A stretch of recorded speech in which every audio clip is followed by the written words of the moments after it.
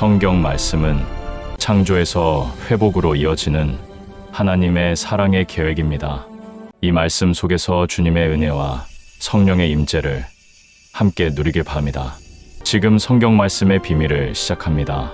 성도 여러분, 우리는 살면서 무언가를 끊임없이 채우려 합니다. 관계로 채우려 하고, 인정으로 채우려 하며, 때로는 성취로, 때로는 소유로 마음 한편의 빈자리를 메우려 애씁니다. 그런데 이상하게도 채우면 채울수록 더 깊어지는 갈증이 있습니다. 손에 쥔 것이 많아지는데도 마음은 여전히 허전하고, 분명히 무언가를 얻었는데도 돌아서면 다시 목이 마릅니다. 오늘 우리가 함께 묵상할 요한복음 4장에는 바로 그런 목마름을 안고 살던 한 여인이 등장합니다. 사마리아 수가라는 마을의 우물가에 한낮의 뜨거운 햇볕 아래 홀로 물을 기르러 온 여인입니다. 당시 여인들은 아침 일찍 혹은 저녁 서늘한 때에 함께 모여 물을 길었는데, 이 여인은 아무도 없는 정오에 혼자 우물을 찾아왔습니다. 사람들의 눈을 피한 것입니다. 누군가의 시선이 두려웠던 것이며, 수군거림이 싫었던 것이고, 자신의 삶이 드러나는 것이 견딜 수 없었기에 가장 뜨거운 시간을 택하여 홀로 걸어온 것입니다. 물이 필요해서 온 것은 맞지만 사실 그녀에게는 물보다 더 깊은 갈증이 있었습니다. 사람 앞에 설 수 없는 수치, 아무에게도 말할 수 없는 상처, 그리고 무엇으로도 채워지지 않는 내면의 빈 곳이 그녀를 한낮의 우물가로 이끌었습니다. 그런데 오늘 말씀에서 참으로 놀라운 것은 그 한낮의 우물가에 예수님이 먼저 와 계셨다는 사실입니다.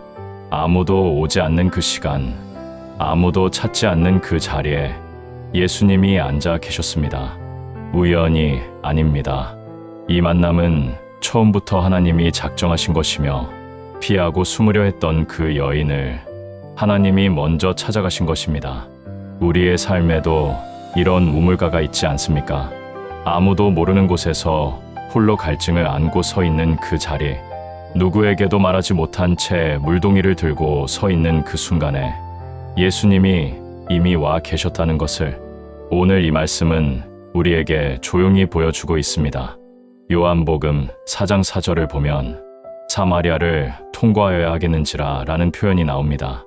이 한 문장 안에 담긴 의미를 우리는 그냥 지나쳐서는 안 됩니다. 당시 유대인과 사마리아인 사이에는 수백 년에 걸친 깊은 반목이 있었습니다.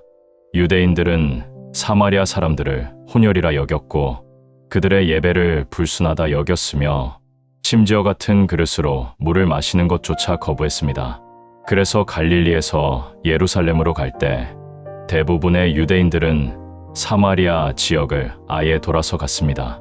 요르단 강 건너편으로 크게 우회하는 길을 택한 것인데, 그것이 당시의 상식이었고 관례였습니다. 그런데 예수님은 사마리아를 통과하여야 하겠는지라고 하셨습니다. 이 표현은 단순히 지리적으로 가까운 길을 택하셨다는 뜻이 아닙니다. 하여야 하겠는지라는 말 속에는 반드시 그래야 했다는 거룩한 표현이 담겨 있습니다. 그곳에 만나야 할 영혼이 있었기 때문이며, 하나님의 구원의 계획 안에서 그 여인과의 만남이 이미 정해져 있었기 때문입니다. 이 장면을 묵상하면 구약의 한 장면이 떠오릅니다. 창세기 16장을 보면 아브라함의 집에서 쫓겨난 하갈이 광야의 우물가에서 울고 있을 때 하나님의 사자가 먼저 찾아오셨습니다. 하갈은 도망치고 있었지만 하나님은 그녀를 쫓아가셨고, 아무도 없는 광야의 샘 곁에서 하갈을 만나주셨습니다. 그때 하갈이 하나님을 나를 보시는 하나님이라 불렀습니다. 사마리아 우물가의 여인에게도 같은 일이 일어나고 있는 것입니다. 세상이 외면한 여인, 스스로 숨어버린 여인을 하나님이 먼저 찾아가신 것이며, 그 찾아가심의 통로가 바로 사마리아를 통과하시는 예수님의 발걸음이었습니다. 하나님은 우리가 도망칠 때에도 돌아서서 우회하지 않으십니다. 오히려 모든 장벽을 관통하시며 가장 낮은 곳, 가장 외진 곳, 아무도 가지 않으려는 그 길을 걸어서 우리에게 오십니다. 예수님이 우물가에 앉아 계실 때 여인이 물을 기르러 왔습니다. 그때 예수님은 이 여인에게 물을 좀 달라고 하셨습니다. 요한복음 4장 7절의 이 짧은 한마디가 사실은 이 만남 전체를 여는 열쇠입니다. 가만히 생각해 보십시오. 예수님은 생수의 근원이 되시는 분이십니다. 목마른 자에게 물을 주시는 분이시며 모든 생명의 원천이 되시는 분이십니다. 그런데 그 예수님이 한 여인에게 물을 좀 달라고 하신 것입니다. 주시는 분이 달라고 하셨습니다. 높으신 분이 낮아지셨고 거룩하신 분이 먼저 손을 내미셨습니다. 여인이 놀란 것은 당연합니다. 요한복음 4장 9절에 보면 여인이 이렇게 되물었습니다. 당신은 유대인으로서 어찌하여 사마리아 여자인 나에게 물을 달라 하나이까? 이 물음 속에는 놀라움만이 아니라 오랜 세월 쌓인 경계심과 상처가 묻어 있습니다. 유대인에게서 좋은 말을 들어본 적이 없었을 것이며 그들의 시선 속에서 자신이 어떤 존재인지를 이미 잘 알고 있었기 때문입니다. 그런데 예수님은 그 경계를 부수셨습니다. 율법으로 다가가시지 않았고 가르침으로 시작하지도 않으셨으며 심판의 말씀으로 입을 여시지도 않았습니다. 물을 좀 달라 하는 낮고 부드러운 한마디로 다가가신 것입니다. 이것이 은혜의 방식입니다. 하나님은 우리를 만나실 때 높은 곳에서 내려다보며 명령하시는 것이 아니라 우리의 자리까지 내려오시고 우리의 언어로 말을 것이며 우리가 가진 것을 통해 대화의 문을 열어주십니다. 예수님이 물을 달라고 하셨을 때 그것은 물이 필요해서가 아닙니다. 그 여인의 마음에 문이 필요했던 것이며 대화가 시작되어야 했기 때문이고 한 영혼이 자신의 진짜 갈증을 발견하도록 길을 열어주시려는 것이었습니다. 돌이켜보면 하나님은 늘 이런 방식으로 오셨습니다. 엘리야가 지쳐 로뎀 나무 아래 누워있을 때 하나님은 떡과 물을 놓아주셨고 모세가 광야에서 양을 치고 있을 때 떨기나무 불꽃 가운데서 먼저 이름을 부르셨습니다. 하나님은 언제나 우리의 일상 한가운데로 오시며 가장 평범한 것을 통해 가장 깊은 만남을 시작하십니다. 예수님은 여인에게 이렇게 말씀하셨습니다. 요한복음 4장 13절부터 14절을 보면 이 물을 마시는 자마다 다시 목마르려니와 내가 주는 물을 마시는 자는 영원히 목마르지 아니하리니 내가 주는 물은 그 속에서 영생하도록 솟아나는 샘물이 되리라 하셨습니다. 이 말씀을 천천히 묵상해 보겠습니다. 이 물을 마시는 자마다 다시 목마르려니와 해서 이 물이란 야곱의 우물에서 길어 올리는 물을 가리키는데 더 넓게 보면 이 세상이 우리에게 주는 모든 것을 의미합니다. 관계가 주는 위로, 성공이 가져다 주는 만족, 물질이 제공하는 안정감, 이 모든 것은 잠시 갈증을 가라앉혀 주는 것처럼 보이지만 결국 다시 목이 마르게 됩니다. 한 번 마시면 끝나는 것이 아니라 마시고 또 마셔야 하며 채우고 또 채워야 하는 것이 세상이 주는 물의 본질입니다. 이 여인의 삶이 바로 그러했습니다. 5번의 결혼으로도 채워지지 않았고 지금 함께 사는 남자와의 관계에서도 진정한 평안을 찾지 못한 채 살아왔습니다. 관계라는 물을 5번이나 마셨지만 갈증은 사라지지 않았던 것입니다. 그런데 예수님은 전혀 다른 물을 말씀하십니다. 내가 주는 물을 마시는 자는 영원히 목마르지 아니하리니 라고 하셨습니다. 영원히 목마르지 않는 물이라 하셨습니다. 다시 길어 올릴 필요가 없는 물이며 반복하지 않아도 되는 충만함이고 한 번 받으면 그 안에서 끊임없이 솟아나는 생명입니다. 더 놀라운 것은 이 물이 밖에서 오는 것이 아니라 그 속에서 솟아나는 샘물이 되리라고 하신 부분입니다. 세상의 물은 언제나 밖에서 길어와야 합니다. 우물에 가야 하고 두레박을 내려야 하며 끊임없이 수고해서 가져와야 합니다. 그러나 예수님이 주시는 물은 우리 안에서 솟아오릅니다. 외부의 조건이나 환경에 의존하지 않고 우리 내면 깊은 곳에서부터 생명이 차올라 넘치는 것입니다. 예레미야서 2장 13절에서 하나님은 이스라엘 백성을 향해 탄식하셨습니다. 내 백성이 두 가지의 악을 행하였나니 이는 생수의 근원되는 나를 버린 것과 스스로 웅덩이를 판 것이니라. 그것은 물을 가두지 못할 터진 웅덩이니라. 생수의 근원이 되시는 하나님을 떠나 스스로 깨어진 웅덩이를 파고 그 속에서 물을 찾으려 했던 것이 이스라엘의 비극이었습니다. 그런데 지금 그 생수의 근원이 사마리아 우물가에 앉아 계십니다. 이스라엘이 버렸던 그 생수의 근원이 한 사마리아 여인 앞에 서서 내가 주는 물을 마셔라고 말씀하고 계신 것입니다. 이것이 복음의 놀라운 반전입니다. 하나님을 떠난 자들에게 하나님이 먼저 물을 들고 오신 것이며 목마른 자가 찾아온 것이 아니라 샘물 자체가 목마른 자를 찾아오신 것입니다. 여인은 예수님의 말씀을 듣고 그 물을 내게 주사 목마르지도 않고 여기 물 기르러 오지도 않게 해 주소서라고 했습니다. 아직 예수님이 말씀하시는 물의 참된 의미를 깨닫지 못한 채 육신의 편리함을 구한 것입니다.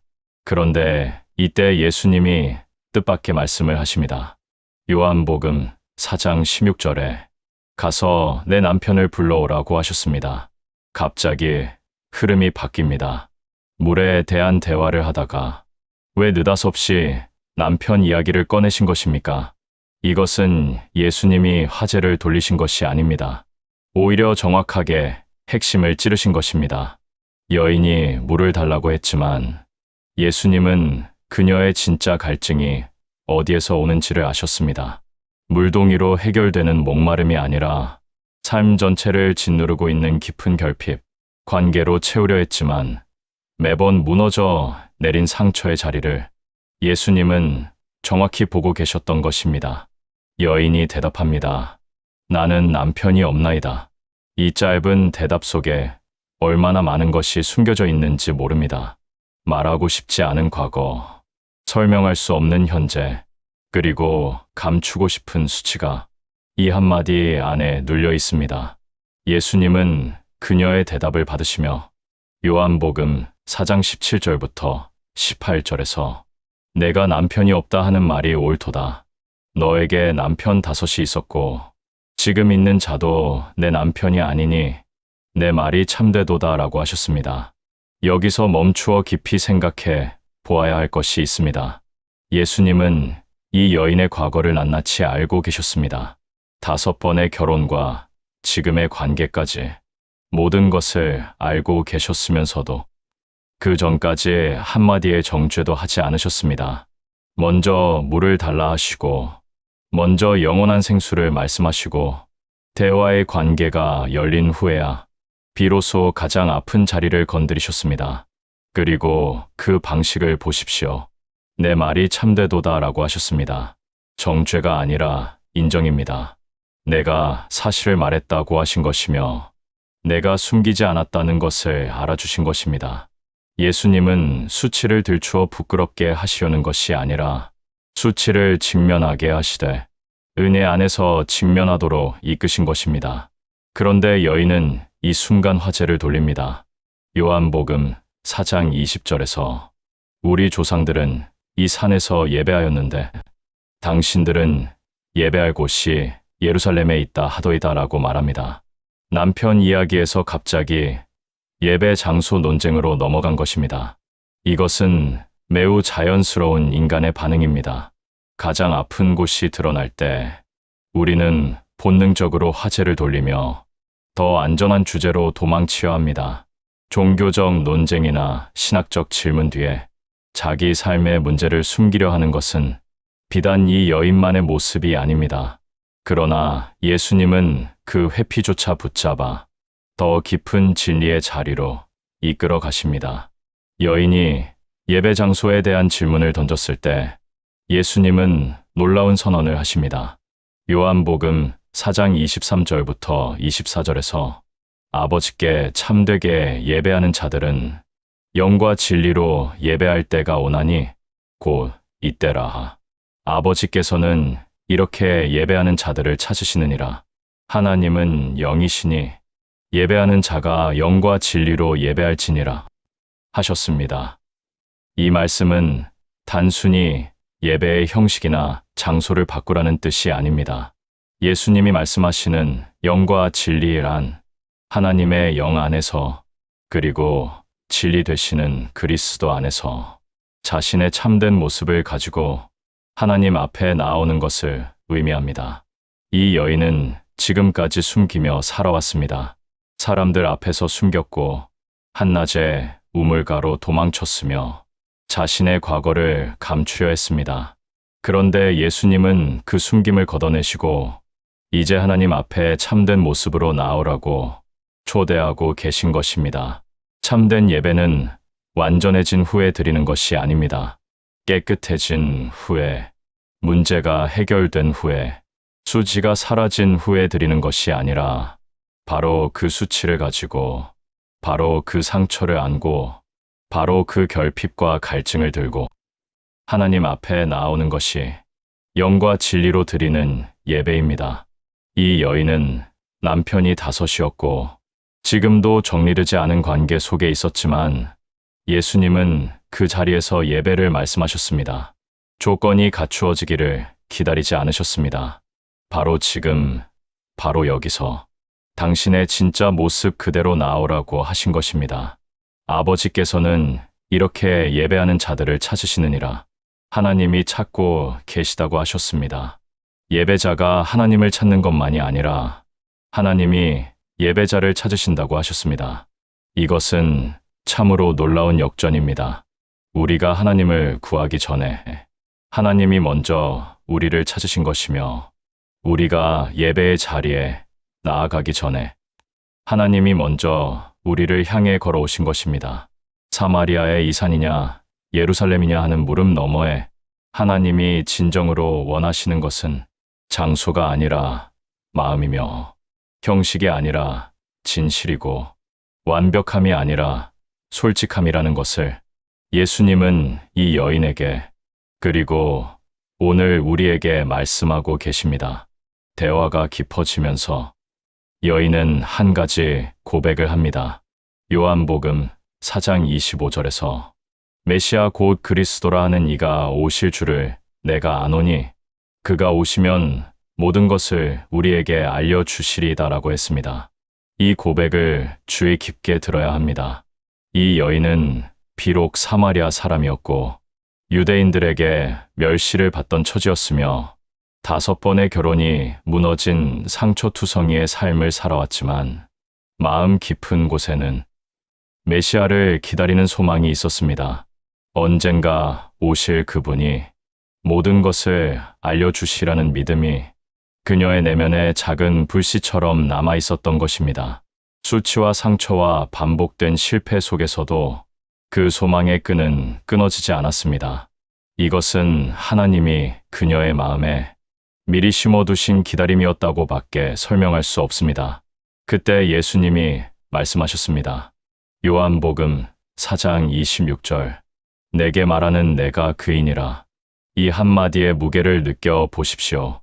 요한복음 전체를 통틀어 예수님이 자신을 이토록 직접적으로 메시아라 밝히신 장면은 이 우물가가 거의 유일합니다. 제자들에게도 천천히 깨닫도록 하셨고 바리새인들에게도 직접적인 선언을 삼가셨는데 이 사마리아 여인에게는 내가 그인이라고 분명하게 말씀하신 것입니다.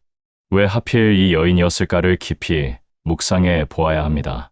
종교 지도자도 아니고 경건한 유대인도 아니며 율법을 잘 지킨 사람도 아닌 사마리아의 한 여인, 5번의 결혼이 깨어지고 지금도 정리되지 않은 삶을 사는 이 여인에게 예수님은 가장 먼저, 가장 직접적으로 내가 메시아다라고 밝히셨습니다. 이것이 복음입니다.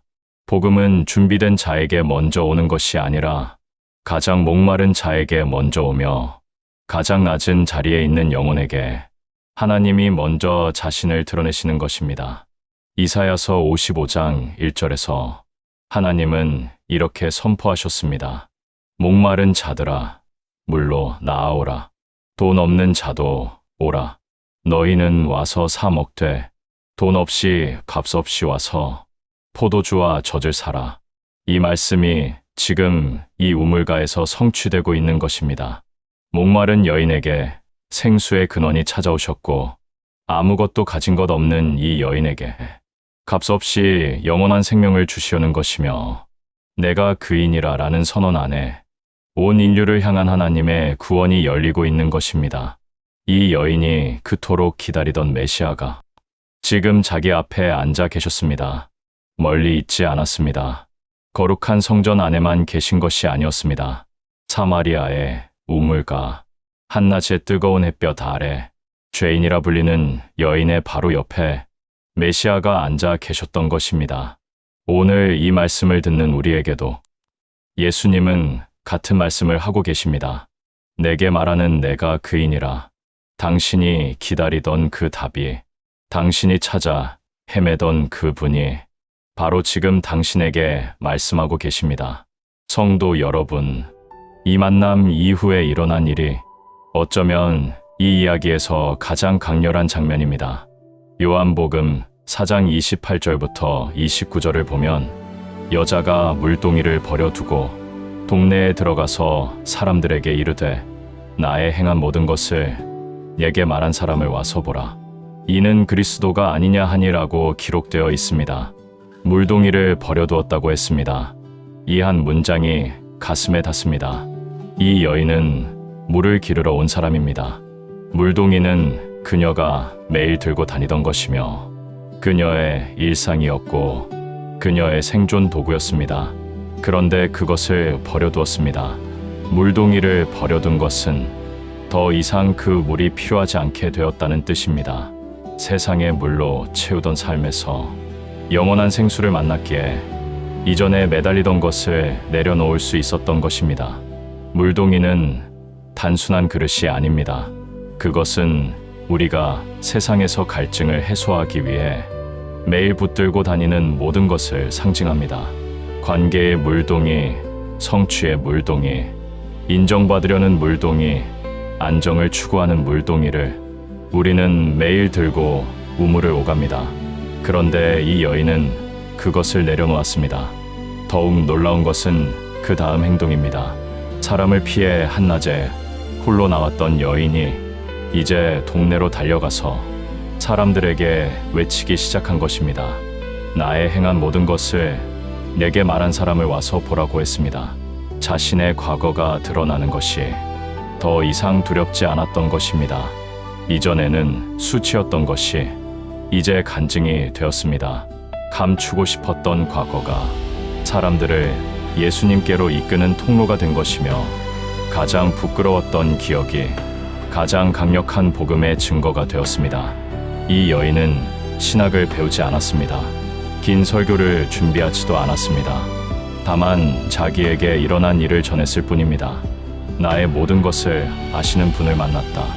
와서 보라. 이것이 복음의 가장 본질적인 형태입니다. 내가 만난 그분을 전하는 것, 나에게 일어난 일을 나누는 것, 그것이 세상에서 가장 강력한 설교입니다. 요한복음 4장을 처음부터 끝까지 따라가면 이 이야기의 구조가 아름답게 보입니다. 물을 기르러 온 여인에게 생수의 근원이신 분이 먼저 찾아오셨고 채워지지 않던 갈증의 정체를 드러내 주셨으며 가장 아픈 곳을 은혜 안에서 직면하게 하시고 내가 그인이라는 선언으로 온 생애를 뒤바꾸어 놓으셨습니다. 그리고 그 결과 숨어 살던 사람이 뛰어나갔고 감추던 사람이 외치기 시작했으며 물동이를 붙들던 손이 사람들의 손을 잡고 예수님께로 이끌었습니다. 오늘 이 말씀 앞에 서 있는 우리에게 예수님은 같은 질문을 하고 계십니다. 당신은 무엇으로 목마름을 채우고 있습니까? 당신이 매일 들고 다니는 물동이는 무엇입니까? 그 물동이를 내려놓을 수 있겠습니까? 예수님은 오늘도 우리의 우물가에 앉아 계십니다. 아무도 없는 그 시간, 아무에게도 말하지 못한 그 자리에서 주님은 조용히 말씀하고 계십니다. 내게 말하는 내가 그이니라. 이 한마디가 당신의 삶 전체를 바꿀 것입니다. 물동이를 내려놓으십시오. 그리고 그분이 주시는 물을 받으십시오. 그 물은 영원히 목마르지 않을 것이며 당신의 가장 깊은 곳에서부터 생명으로 솟아오를 것입니다. 아멘.